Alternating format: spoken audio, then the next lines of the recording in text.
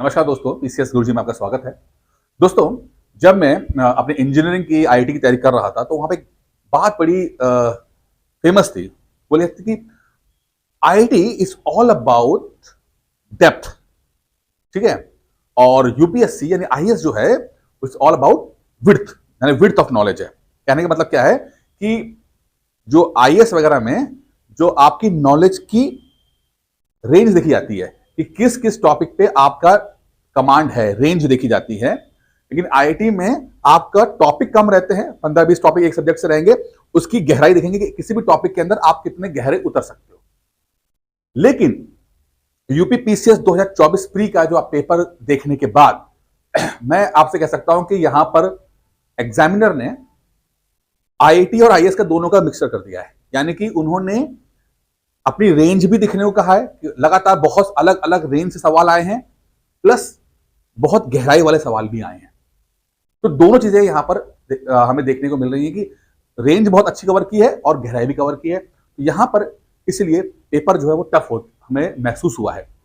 अच्छा, अब कभी कभी क्वेश्चन टफ नहीं होता है, क्वेश्चन तो चलो जैसा भी है, लेकिन चूंकि टाइम का जो कांस्टेंट रहता है, टाइम का जो प्रॉब्लम रहता है, आपने उठाया, क्वेश्चन पढ़ा और विद इन 5 सेकंड 2 सेकंड आपको ये भी देखना है कि वो एग्जैक्टली क्लिक कर जाए, कि आपको वो रिकॉल हो जाए, याद आ जाए कि हाँ भाई जो है वो सही है। तो वो भी पैरामीटर बहुत ज्यादा मायने रखता है।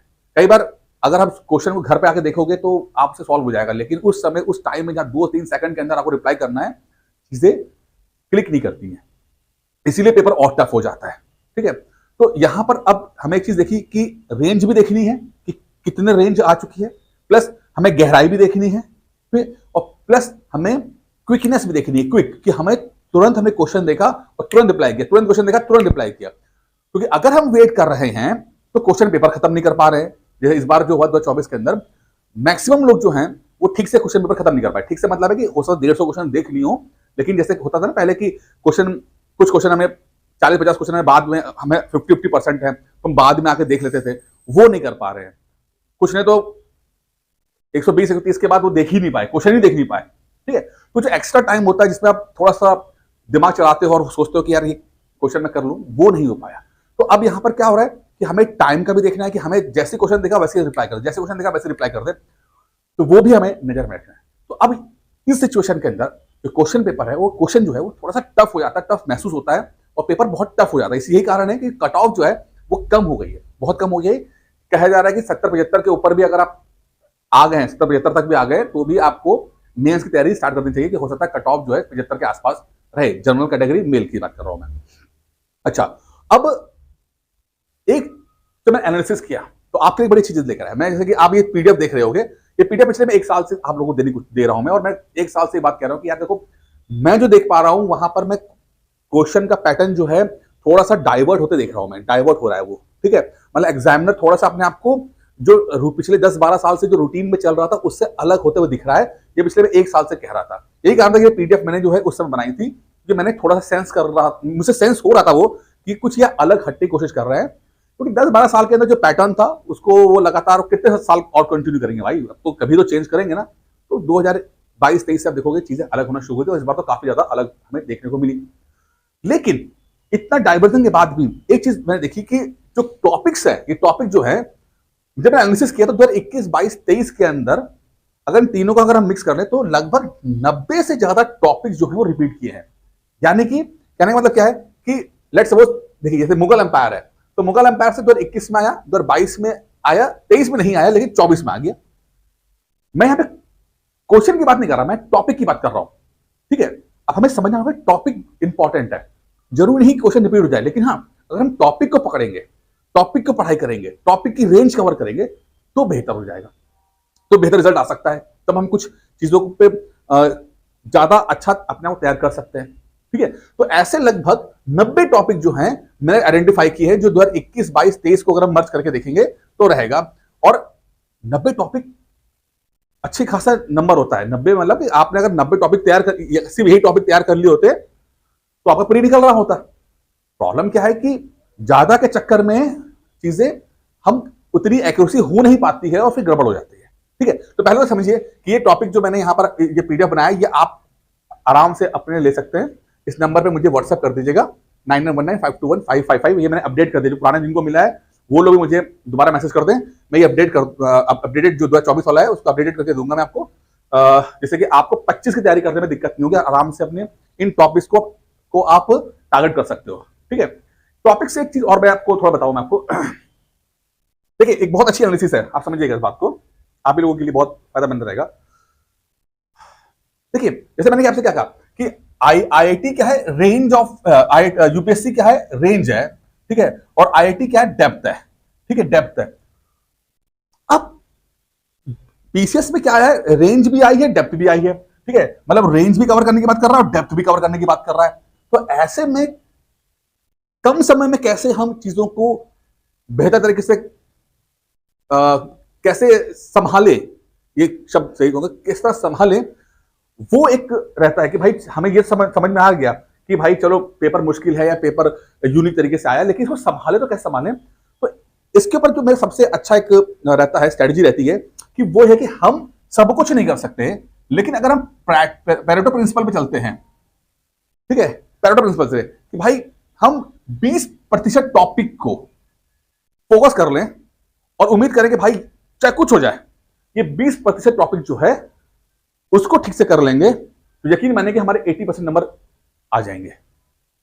यानी कि 20% सबसे इंपॉर्टेंट टॉपिक्स को अगर हम कर लें, ठीक है, और उसकी अच्छी रेंज कवर कर ले, जैसे कि मैं कह रहा हूं ये मुगल एम्पायर की बात कर रहे हैं, ठीक है। अब मुगल एम्पायर हमने 4-5 किताबों से पढ़ लिया और एक अच्छा रेंज कवर कर लिया।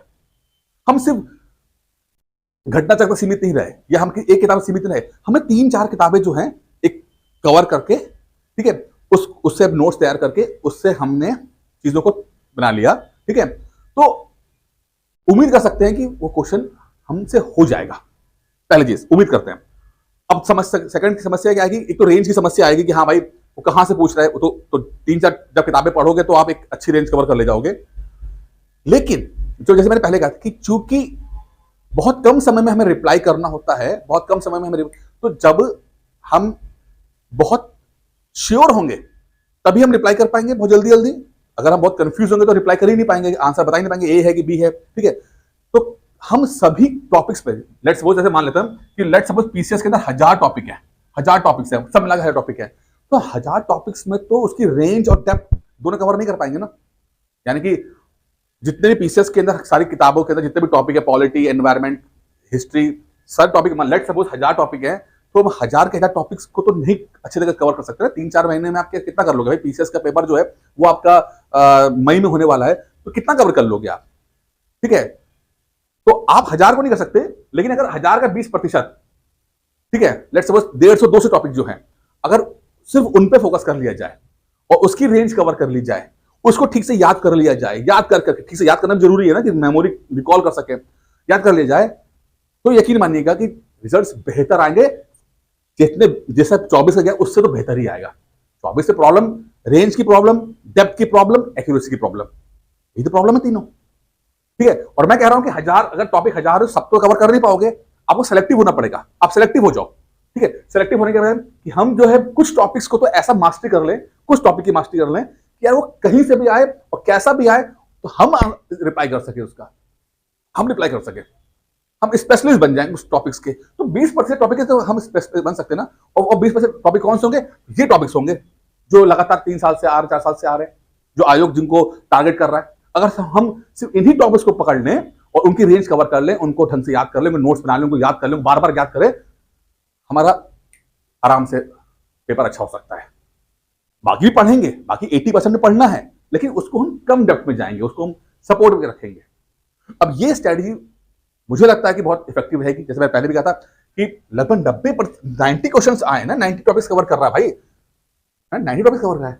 कई स्टूडेंट्स ने बहुत अच्छा करके आए हैं इसके अंदर, जो जिन्होंने पीडीएफ लिया था, जिन्होंने स्ट्रेटजी फॉलो किया था। ये सब सेकंड ईयर, ये नॉट ये अभी पहला साल नहीं, पिछले साल से मैं इस स्ट्रेटजी पे काम कर रहा हूं और ये स्ट्रेटजी बहुत इफेक्टिव दिखा दे रही। हमें ज्यादा नहीं पढ़ना है, हमें कम टॉपिक को अच्छे तरीके से पढ़ना है। ज्यादा मतलब बहुत ऐसा नहीं कि दुनिया भर की चीजें, दुनिया भर की चीजें कितना याद रख पाओगे यार, कितना नॉलेज रख पाओगे, कितनी किताबें कितना रख पाओगे, सबको नहीं। कुछ टॉपिक पे तो हमें मास्टरी कर सकते हैं ना हम लोग, कुछ टॉपिक के ऊपर, बस वो कुछ टॉपिक को ही हमें पकड़ना है।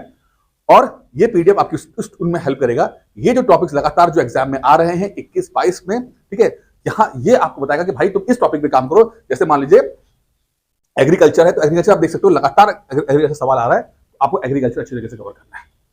मैंने मैंने फोटो कम्युनिटी बॉक्स में डाला था एग्रीकल्चर के ऊपर, सॉरी अनएम्प्लॉयमेंट के ऊपर डाला था, बल्कि मैंने ग्राफ कहीं से बनाया था अपनी कॉपी के अंदर बच्चों के पढ़ाने के लिए।